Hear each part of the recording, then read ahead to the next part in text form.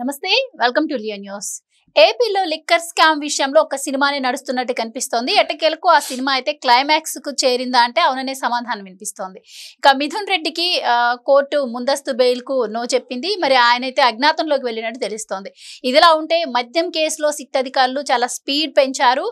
చాలా కీలక విషయాలను కూడా రాబడుతున్నారు. ఎట్టకేలకు బిగ్ బాస్ దగ్గరకైతే కేసు వచ్చింది. 90% ముడుపులు బిగ్ బాస్ కు అందినట్టు అధికారులు ఆధారాలు సేకరించారు. అలాగే దీంట్లో చాలా ప్రముఖుల ఇన్వాల్వ్మెంట్ కూడా ఉందని, అలాగే 2 ఎంపీల పాత్ర కూడా ఉందని, ఒక ఎంపీకి అందాల్సిన డబ్బు అందకపోవడంతోనే ఈ స్కామ్ బయటకు వచ్చిందని చెప్పి కూడా అధికారులు చెప్తున్నారు. అసలు ఈ మద్యం స్కామ్ లో మరి కీలక విషయాలు అధికారులు ఎలాంటివి సేకరించారు, అలాగే మరి బిగ్ బాస్ కు 90% ముడుపులు వెళ్ళాయి అంటున్న నేపథ్యంలో మరి ఇంకా బిగ్ బాస్ దగ్గరికి ఆ కేసు క్లోజ్ గా వచ్చినట్టేనా? ఇలాంటి విషయాలన్నీ తెలుసుకుందాం. మనతో పాటు ఉన్నారు senior political analyst Jonnalagadda Srinivas గారు. నమస్కారం అండి. సో కేసు చాలా క్లోజ్ గా అంటే బిగ్ బాస్ కి దగ్గరగా వచ్చినట్టు అనిపిస్తోంది. ఎందుకంటే 90% ముడుపులు ఆయనకి వెళ్ళాయని చెప్పి అధికారులు చెప్తున్నారు అంటే దానికి సంబంధించి ఆధారాలు కూడా వాళ్ళు సేకరించే ఉంటారు. ఈవెన్ నిన్న మొన్నటి వరకు దానికి సంబంధించిన వీడియోలు కూడా బయటికి రావడం మనం చూసాం. సో మిథున్ రెడ్డి అజ్ఞాతంలోకి వెళ్ళారు కాబట్టి ఒకవేళ ఆయన అరెస్ట్ అయితే నెక్స్ట్ బిగ్ బాస్ ఉండబోతారా, లేదు అంటే ఈ లోపులోనే ఆయన్ని బిగ్ బాస్ ని విచారణకి ఏమైనా పిలిచే అవకాశం ఉంటుందంటారా? అసలు నెక్స్ట్ ఏం జరగబోతుందంటారు?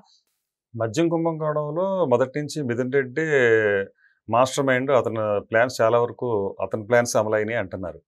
అంటే దీని మాస్టర్ మైండ్ ఇప్పుడు ఎక్కడుందనేది పట్టుకోవాలి. అంటే ఇప్పుడు అజ్ఞాతంలోకి వెళ్ళిపోయాడు. వీళ్ళకి భయం పట్టుకుంది. ఇంకా ఒకటొకటి బయటపడుతుంది. మిథున్ రెడ్డి వచ్చిన తర్వాత కూడా చాలా విషయాలు బయటకు వస్తాయి. ఇప్పుడు ఆ మిథున్ రెడ్డి ఎందుకు అజ్ఞాతంలోకి వెళ్ళాల్సి వచ్చింది అంటే తేట తెల్లం కదా. అంటే వాళ్ళు ఈ మద్యం కుంభకోణం జరిగింది అనేది చెప్పకనే చెప్తున్నట్టే లెక్క.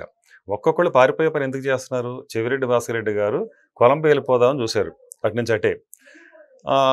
అలాగే ఇంకా ఒక్కొక్కళ్ళు ఒక్కో రకంగా ఇక్కడి నుంచి తప్పించుకునే ప్రయత్నం కోసం కనీసం విదేశాలకు వెళ్ళిపోతే అక్కడి నుంచి రప్పించాలంటే దానికి చాలా ప్రాసెస్ ఉంటుంది కాబట్టి ఏదో విధంగా తలదాచుకుందాం అనే పరిస్థితికి అయితే వచ్చేసారు అంతా.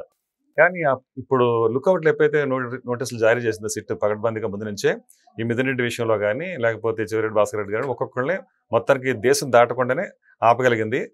మరీ ముఖ్యంగా ఈ మద్యం కుంభకోణంలో అరెస్ట్ అయిన మొట్టమొదటి రాజకీయ నాయకుడు చెవిరెడ్డి భాస్కర్ రెడ్డి గారు అని చెప్పి వార్తల్లో ఇవాళ మనం చూస్తున్నాం. అంటే మిగతా ధనంజయ రెడ్డి గారు కానివ్వండి, కృష్ణమోహన్ రెడ్డి గారు కానివ్వండి, అలాగే ఇప్పుడు గోవింద బాలాజీ వీళ్ళంతా కూడా రాజకీయాలకు సంబంధించిన వాళ్ళు కాదు. వాళ్ళు ప్రభుత్వాధికారులు కొంతమంది ఉన్నారు. ఒకళ్ళు గోవింద బాలాజీ అయితేనేమో భారతీయ సిమెంట్స్లో డైరెక్టర్గా కూడా ఉన్నారు.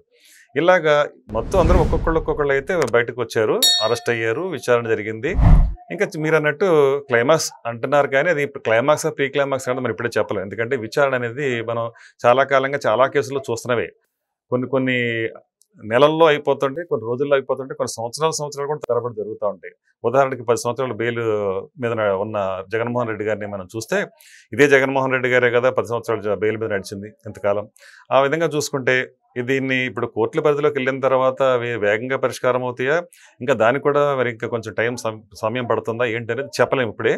మొత్తంగా అయితే మీరు అన్నట్టు 90% బిగ్ బాస్కి వెళ్ళింది అనేది మాత్రం క్లారిటీ వచ్చింది ఇప్పటికి సిట్కి విచారణలో. అంటే మిగతా 10% ఎందుకు అతను వదిలిపెట్టేశాడు అనుకుంటే ఇప్పుడు ఎవరైనా ఒక బ్రోకరేజ్ ఇవ్వకుండా ఏ పని చేయరు. అంటే ఇప్పుడు కింద స్థాయి వాళ్ళకి ఇప్పుడు మనీ ల్యాండరింగ్ చేసే వాళ్ళకి కానీ మనీ కొరియర్స్ ఉంటారు. అంటే ఇప్పుడు మద్యం షాపుల నుంచి బ్యావరేజెస్ నుంచి కలెక్షన్ చేసుకుని తీసుకురావాలి కదా. ఏ రోజుకి ఆ రోజు సంచుల్లో పట్టుకొని ఏదో వెహికల్స్లో పట్టుకెళ్ళి ఎవరైతే దీన్ని ఆర్గనైజ్ చేస్తాడో రాజ్ కసిరెడ్డి దగ్గరికి మొత్తంగా అమౌంట్ పోవాలి. ఈ పోవాలంటే ఒక్కడి వల్ల కాదు కదా. అంటే రాష్ట్రం అంటే కొన్ని వేల షాపులు ఉంటాయి. ఈ వేల షాపుల నుంచి బ్యావరేజ్ నుంచి డిస్టిలరీస్ నుంచి ఈ ముడుపులన్నీ కలెక్ట్ చేసి పట్టుకెళ్ళడం కోసం అధికారులు సహకరించాలి. సో వాళ్ళు కొంత ఇవ్వాలి. అలాగే ఇక్కడ ఎవరైతే ఇక్కడ కొరియర్స్ ఉన్నారో అక్కడి నుంచి మనీని ట్రాన్స్ఫర్ చేసేదానికి వాళ్ళకి కొంత డబ్బు వెచ్చించాలి. ఇవన్నీ ఖర్చులు పోను. తర్వాత ఇప్పుడు ఇప్పుడు మీరు అన్నట్టు కొంతమంది మంత్రులు కానివ్వండి, ఎమ్మెల్యేలు కానివ్వండి, ఎవరైతే ఉన్నారో ఎవరెవరు దీని ప్రయోజనం పొందుతారో ఇన్వాల్వ్ అయ్యి ఉన్నారో ఈ మద్యం ముడుపులకు సంబంధించి వాటిల్లో వాళ్ళకు కూడా వాటాలు ఉన్నాయి. ఆ విధంగా చూసుకుంటే ఒక 10% వీళ్ళందరూ పంచుకోగా ఈ మిగతా ఎవరైతే ఉన్నారో గ్యాంగ్ కింద బ్యాచ్ ఈ రాజ్ కసిరెడ్డితో సహా ఆ కింద ఉన్న ఎవరైతే వాళ్ళందరూ కూడా 10% సరిపెట్టుకోవాలి. మిగతా ఏదైతే ఉందో అది ఎవరైతే అంతిమ లబ్ధిదారు ఉన్నారో ఆ అంతిమ లబ్ధిదారు జగన్మోహన్ రెడ్డి అనేది సిట్ ఇప్పటికీ విచారణలో కొంతవరకు సమాచారాన్ని మనకు బయటకు రాకపోయినా అక్కడ విచారణలో తేలిందని చెప్పుకుంటున్నారు. సో దీన్ని బట్టి ఏంటంటే 90% అట్టుపోయింది. అంటే ఇక్కడ ఇంకొక డౌట్, ఇప్పటి వరకు జగన్మోహన్ రెడ్డి గారికి సంబంధించి ఎలాంటి టెక్నికల్ ఎవిడెన్సెస్ అధికారుల దగ్గర లేవు. కేవలం ఈ అరెస్ట్ అయిన వాళ్ళు ఎవరైతే ఉన్నారో వీళ్ళందరూ కూడా మౌత్ స్టేట్మెంట్ ద్వారా జగన్మోహన్ రెడ్డి గారి దగ్గరికి ఏ విధంగా రాగలుగుతారు. సో ఈ ఆరోపణలన్నీ కూడా అవాస్తవం అని చెప్పి వైసీపీ ప్రచారం చేసింది. అలాగే అసలు లిక్కర్ స్కామే జరగలేదని చెప్పి అంటుంది ప్రధానంగా. అయితే ఈ రోజు సిట్ అధికారులు ఇప్పటి వరకు చెప్పలేదు. ఫస్ట్ టైం ఈ రోజు 90% అంతిమ లబ్ధిదారు దగ్గరికి వెళ్ళాయి అని చెప్పి వాళ్ళు బయట పెట్టారు. అంటే అంతిమ లబ్ధిదారు దగ్గరికి వెళ్ళాయి అంటే దానికి సంబంధించిన ఆధారాలు వాళ్ళకి దొరికే ఉంటాయి.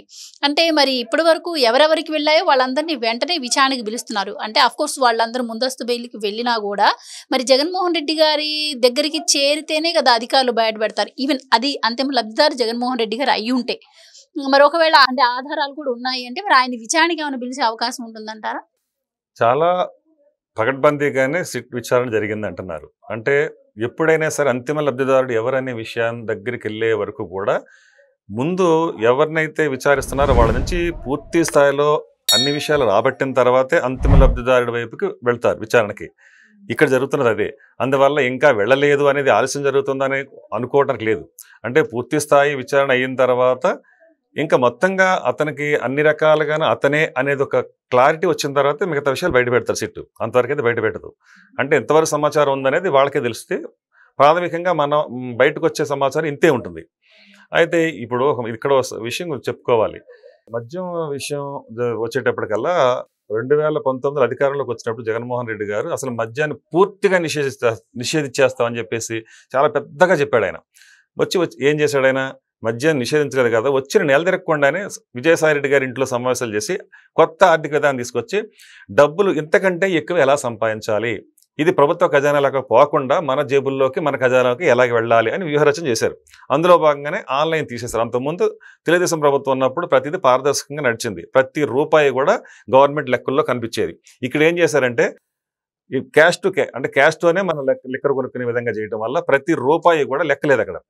దాంతో ఏమైపోయిందంటే ఇక విపరీతంగా ముడుపులు అంటే డిస్టిలరీస్ని స్వాధీనం చేసుకోవటం, బెవరేజ్ని స్వాధీనం చేసుకోవటం, తర్వాత వీళ్ళే కొత్తగా బ్రాండ్లు పెట్టేసేయటం. ఆ బ్రాండ్ అంటే బయట నుంచి ఏవైతే బ్రాండ్స్ ఉన్నాయో వాళ్ళకి కూడా అనవసరంగా డబ్బులు అక్కడ కూడా అంటే అనవసరంగా అంటే వీళ్ళ దృష్టిలో అనవసరంగా పెట్టకుండా వీళ్ళే కొత్తగా బ్రాండ్స్ పెట్టేసుకుని ఆ డబ్బు కూడా వీళ్ళే ఇంకా మొత్తంగా మద్యం నుంచి డబ్బులు ఎంతవరకు రాబట్టుకోవాలో కింది స్థాయి నుంచి అంతవరకు రాబట్టుకున్నారు. అంటే దీనికి ఈ పాలసీ ఏదైతే ఉందో దీన్ని అమలు చేయడం కోసం పై లెవెల్ నుంచి అధికారుల సపోర్ట్ కూడా అదే విధంగా అందింది. దీంట్లో 2 ఎంపీల పాత్ర కూడా ఉందని చెప్పి ఈరోజు అధికారులు చెప్పారు. అయితే ఈ పై స్థాయి అధికారులు ఎవరైతే ఉన్నారో వాళ్ళకి లక్షల్లో నెలల జీతాలు ఉండేయని, అలాగే ఎంపీలకు కోట్లల్లో జీతాలు ఉండేయని చెప్పి కూడా అంటున్నారు. అండ్ ఒక ఎంపీకి సరైన ముడుపులు అందకపోవడం వల్ల ఇదంతా బయటకు వచ్చింది అని చెప్పి కూడా వాళ్ళు అనటం జరిగింది. సో ఆ ఎంపీ విజయసాయి రెడ్డి గారే అనుకోవచ్చా? ఎందుకంటే ఆయనే కదా దీన్ని బయట లీక్ చేశారు. అండ్ ఇంకొక ఎంపీ ఎవరై ఉండే అవకాశం ఉంది. సో ఇంకా దీంట్లో అరెస్టుల పర్వం కూడా ఉండబోతుంది అనుకోవచ్చా? ఇవన్నీ ఊహాగానాల కింద చెప్పుకోవాల్సి వస్తుంది. ఇప్పుడు ఎవరి పేరు ప్రస్తావించినా కానీ ఊహాగానాల కిందే ఉంటుంది. కాబట్టి ఇప్పుడు అందరికీ ఎవరనేది తెలుస్తున్నా కానీ బయటకు మాట్లాడుకునే పరిస్థితి ఇప్పుడు లేదు.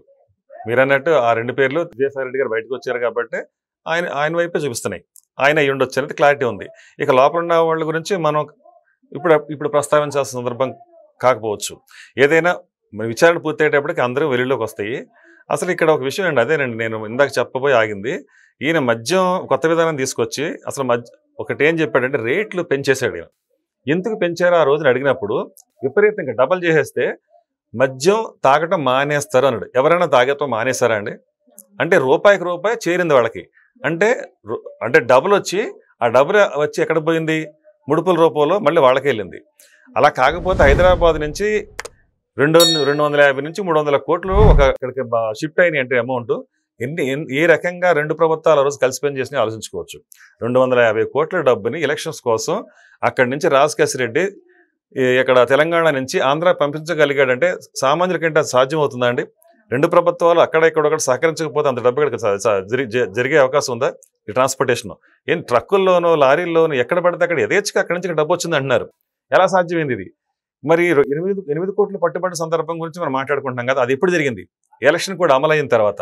అప్పుడు ఏమవుతుందంటే ఇక్కడ సీఎం అనేది దాన్ని ఏమంటారు ఆపద్ధర్మ ముఖ్యమంత్రిగా ఉండిపోతారు కాబట్టి అతనికి అధికారాలు పరిమితంగా ఉంటాయి కాబట్టి అక్కడ ఇంకా ఎలక్షన్ కమిషన్ చేతిలోకి వెళ్ళిపోతుంది కాబట్టి ఎలక్షన్ కమిషన్ కఠినమైన నిర్ణయాలు తీసుకోవడం వల్ల మాత్రమే 8 కోట్ల రూపాయలు పట్టుబడింది. అప్పటికే డబ్బంతా చేరిపోయింది. అంటే 250 నుంచి 300 కోట్ల రూపాయలు అంటున్నారు. ఆ డబ్బంతా అక్కడి నుంచి చేరిపోయింది. చివరాఖరిలో ఇంకా ఎలక్షన్ కమిషన్ చేతిలోకి వచ్చిన తర్వాత ఈ అధికారం అంతా కూడా అక్కడి నుంచి ఈ జరిగిన సంఘటన 8 కోట్లు దొరకడం అనేది. లేకపోతే మిగతా డబ్బు కూడా వచ్చి ఉండేది. ఇంకా మిగతా డబ్బు ఇంకా అక్కడ ఉంది కూడా అంటున్నారు. అంటే ఎంత ఉందనేది ఇప్పుడు అంటే దానికి సంబంధించిన వీడియోస్ ఆల్రెడీ డెన్లను వీళ్ళు ట్రేస్ చేయడం జరిగింది, వీడియోలు సేకరించడం జరిగింది. అలాగే విదేశాల్లో, అలాగే ఆంధ్రప్రదేశ్లో అండ్ ముఖ్యంగా బెంగళూరు, ఆంధ్రప్రదేశ్లో, వీళ్ళు తెలంగాణలో ప్లేసులు కొన్నవి అన్ని సాక్ష్యాధారాలు సహా అధికారులు బయట పెట్టడం జరిగింది. సో ఫైనల్లీ ఇవన్నీ బయటకు వచ్చిన తర్వాతనే ఇప్పుడు ఎవరైతే అంతిమ లబ్ధిదారు దగ్గర క్లోజ్గా వచ్చి కేసు ఆగింది. కాబట్టి మరి చూద్దాం 2-3 రోజుల్లో, లేకపోతే ఇంకొక 10 రోజుల్లో, 15 రోజుల్లోనో మరి కేసు ఏమైనా కొలిక్కి వస్తుందేమో అని చెప్పి అందరూ మాట్లాడుకుంటున్నారు.